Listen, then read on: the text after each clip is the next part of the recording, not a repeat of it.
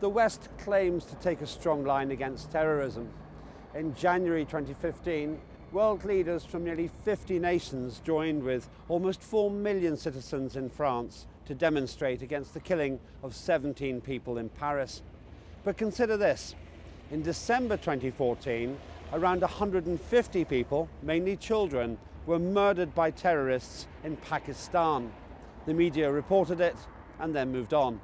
No mass marches, no meeting of world leaders. Why was this? Was it because it didn't occur in Western Europe? Or was it because the victims were Muslim? There's a little-told statistic in the facts.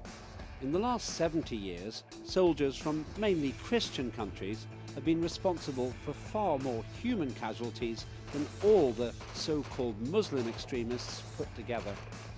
Yet it seems the Western media continuously connects the Muslim faith with the killing of civilians. In truth, official estimates state over 1 million civilians have been killed by Britain and the United States in the last 15 years alone. Yet the media rarely accuse Britain and the United States, both Christian countries, of terrorism. So why did the murders in Pakistan not attract more media attention? How credible is the West's war on terror? And do Britain and the United States have a case to answer against what might be called state-sponsored terrorism? These are the simple questions we sought to answer. And we began by inviting the public here in London to guess whether soldiers from predominantly Christian countries, or so-called Muslim extremists, had been responsible for the greater number of civilian deaths across the last 7 decades, and which of these groups had experienced the greater negative publicity. Here's what they said. I would say soldiers from allegedly Christian countries, but the publicity we get is more aimed against Muslims. And why is that? I think it's really about control, that the West wants to continue to control all the kind of assets that it's had in the past, whether that be oil or land, or just the kind of generally to be in control of society.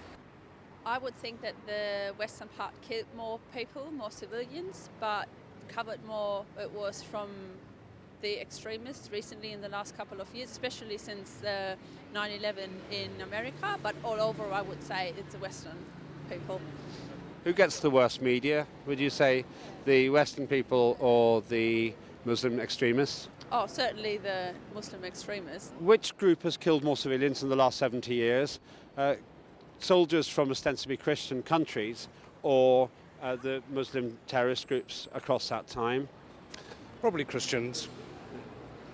The Christian soldiers? Indeed, yeah. Why do you think that? Numerical terms. Yeah, numerical terms, yeah. Why do you think that?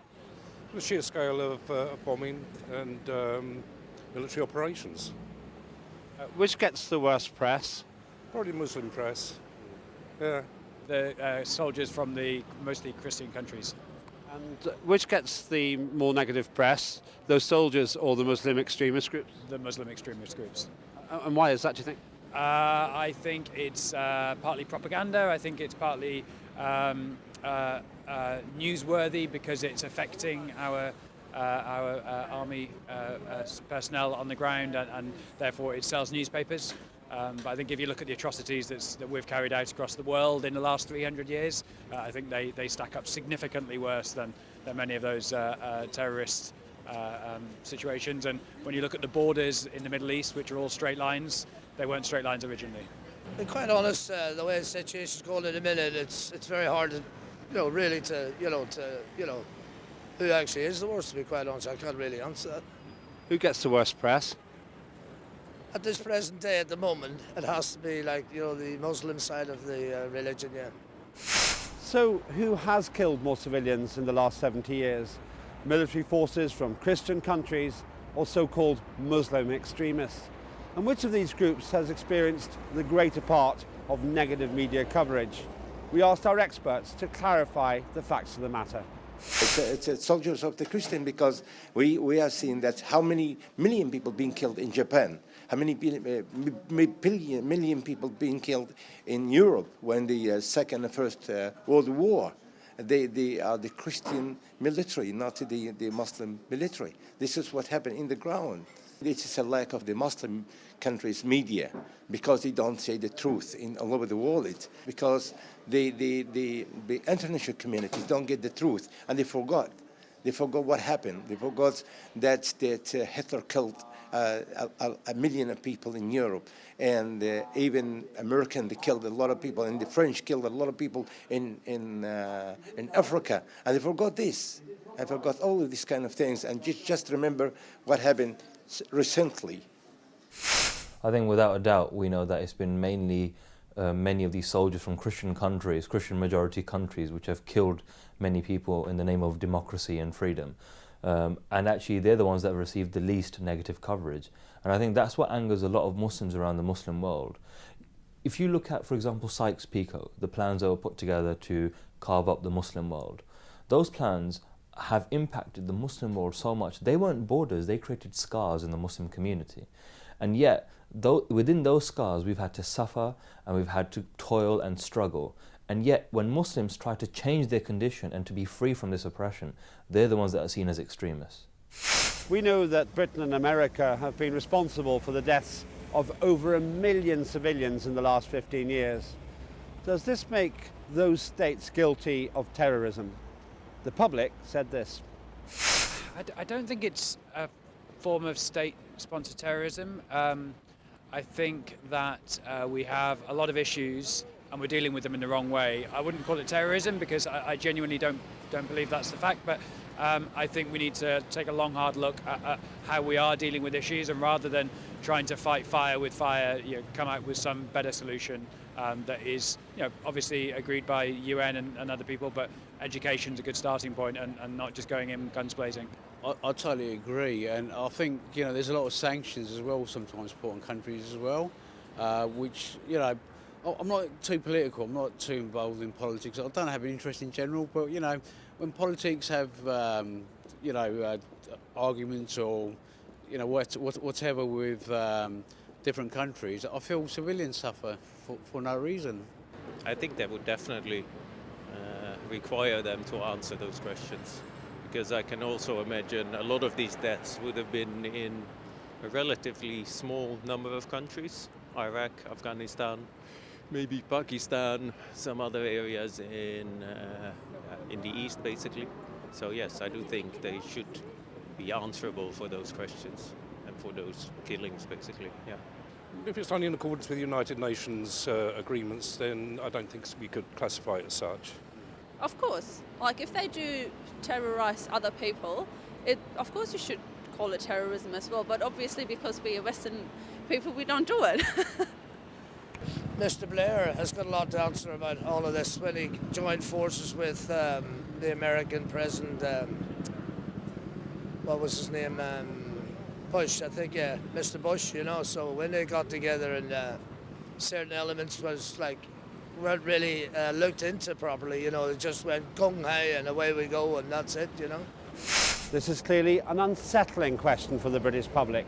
We invited our experts to share their point of view about the relationship between the West and what could be called state terrorism. Actually, when we get back to the 9/11, if we talk about 3,000 people, if we believe in these incidents, how many people being killed by the American in Afghanistan and in Iraq? It's millions of people, comparing with the 3,000 people. Here is they create a war, and what they are waiting for? A reaction, a peaceful reaction? I don't think so. When they are killing innocent people, civilian innocent people in Afghanistan and in Pakistan, in Iraq and in Libya or Syria, wherever, and then they want no reaction from these people. We cannot accept this. This is a state terrorism, actually. This is state terrorism. When they attack a country and they kill 1 million of innocent people just for a few people, they train them, actually, and they provide them their weapon, and then they go their land, the other land, and then they kill innocent people. Yes, this is a state terrorism, actually. Britain and America are guilty of terrorism. It's just that one person does terrorism in a suit and the other one wears a traditional Arabic dress. And that's the difference, because if you look at the actions of America and of Britain and what they have done over the last 15, 20, 30, 50 plus years to the Muslim world and people around the world, it would be classed as terrorism. If we class the killing of, let's say, 12 people as terrorism, and rightly so, what would you say about a country that uses the lies of and uses freedom and democracy as a ruse, as a way of attacking innocent civilians, of drone strikes, of Guantanamo Bay, etc.? It is terrorism, and if you speak to most Muslims, they'll tell you it is terrorism. It's just that it's not called by that name. When 17 people were murdered in Paris, millions marched in the streets and were joined by dozens of world leaders. But when over 100 children were murdered in Pakistan, there was no mass march, no meeting of world leaders, and comparatively little media coverage. Why didn't the West come out in force to demonstrate against those murders as they did in Paris? We put that question to the public. I think it's just how local the media is and how easy it is to get a photograph.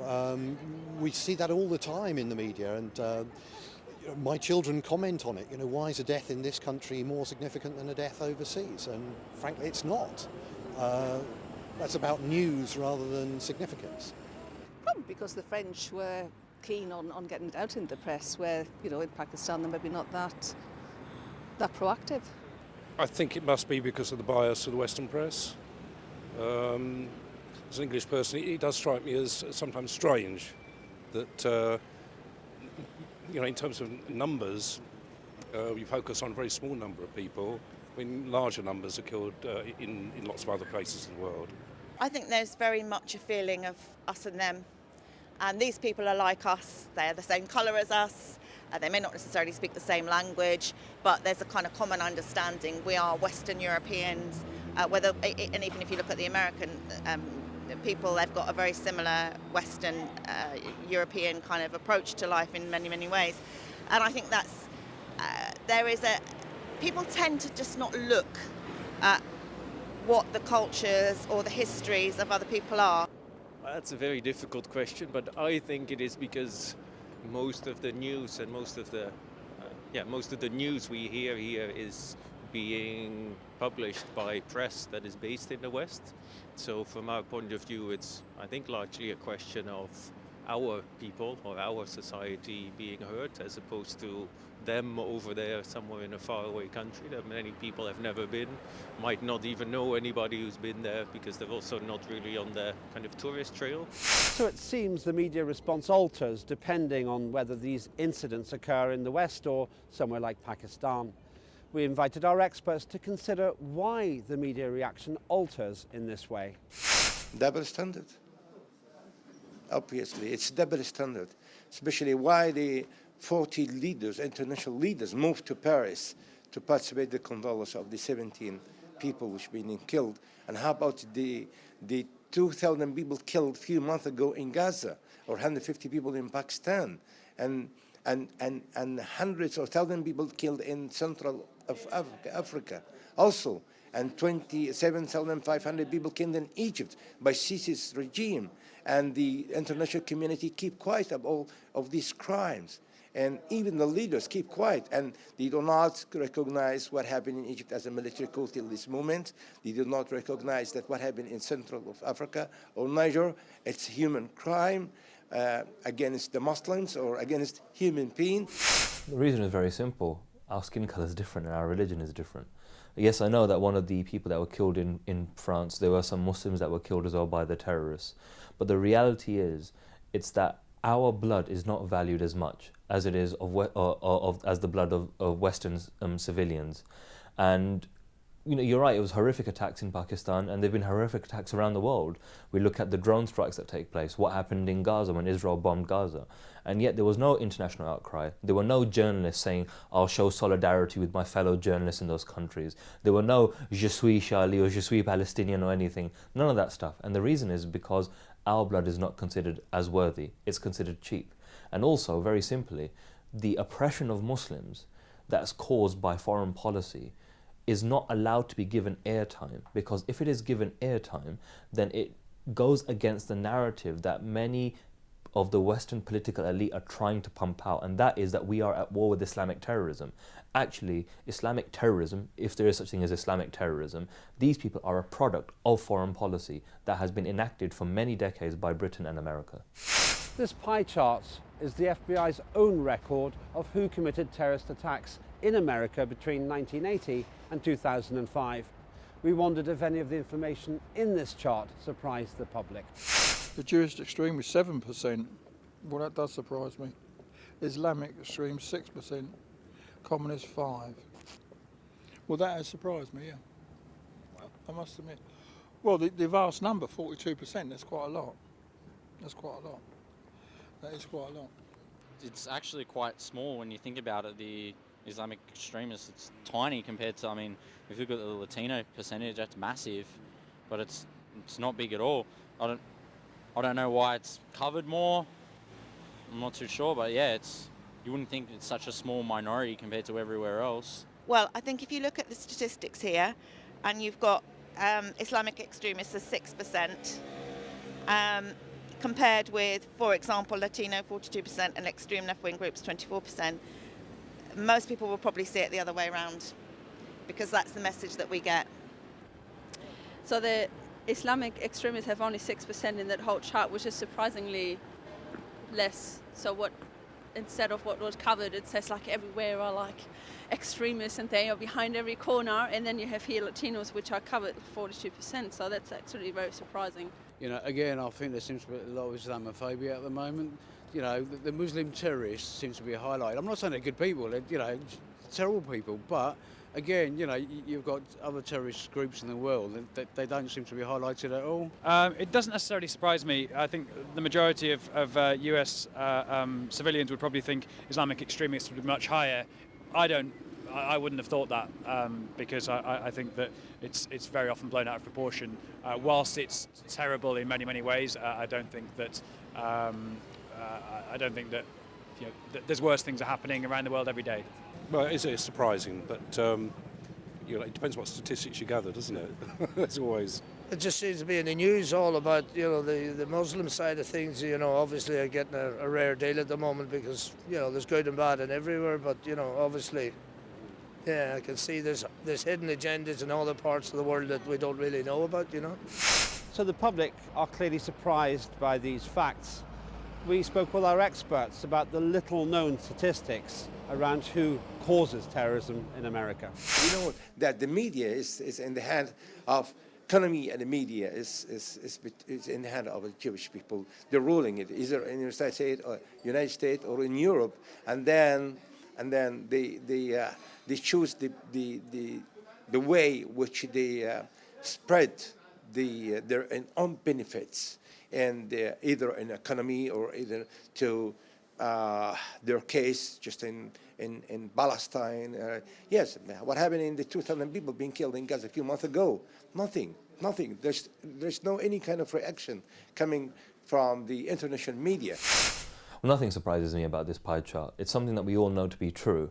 But the only thing I'd say that I'd find slightly surprising is that other people are not treated in the same manner that Muslims are. We don't talk about Jewish extremism. We don't talk about we need to root out Jewish extremism. We don't have our, Secretary of States or any ministers sending letters to the Jewish community. No one is treated as badly as Muslims are.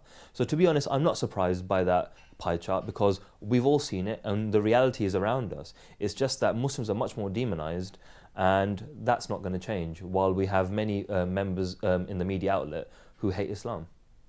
What are your views, for better or worse, on the West's so-called war on terror? That's the question we asked the public. I really don't think we should wage a war in the sense of an armed war on terrorism. I think if we should have any war on terrorism, it should be a war in the form of education, in the form of probably also international aid, but maybe even more international development to give people in many parts of the world a chance to build their own lives as opposed to be relying on help or aid. Terrorism, you're going to get it all the time, aren't you? It's from the word dot we've been fighting on this planet. Don't matter. Well, you go back to the Romans we were fighting. and it ain't going to stop.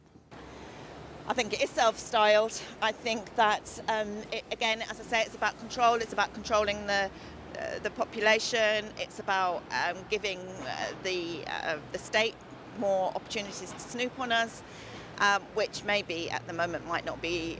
Maybe we see it as a benign state, but that's something that can be very, very easily abused. I think when you look at the root causes of why people get drawn into terrorism, it's there in black and white on our doorstep, and that's the thing we need to really address, is to say, why would somebody feel so disaffected, so angry about what's going on in the world, that they would join up with these groups and feel that the only way they're going to get their voice heard is by going and killing a load of people. And unfortunately, the message the media gives as well is that is what gets you publicity. I'm always slightly sceptical when I hear politicians talking about a war on anything. Whether it's drugs, terrorism, poverty. Wars are not a great way of solving things. Politics, sorting stuff out, is the right way to sort things out. It would be good if it would work. It would be better if there was no terror at all anymore. But I flew into London not yesterday, the day before, and I got into the plane with like my little hand cream and a little bit liquid, and no one knew about it, and I honestly forgot about it. So obviously it's not working too well. No, it doesn't. I feel what's happening in Paris might happen in London sooner or later. So, I'll get worried about it. Yeah, definitely. I think coming back to an earlier point, that fight fire with fire is the wrong solution, and so a war on anything is not the right solution to something that needs a much more delicate solution. Finally, we invited our experts to share their opinions about the West's long-running and self-styled war on terror. The West, the international community, they are working with dictatorial regimes in the world, and they should work into uprise the democratic regimes in the world, and to be with the uprising to get their dignity and their freedom, and this is the new life should be. And I think that I'm warning that all the West, if you go with the dictatorial regimes, then you will suffer. You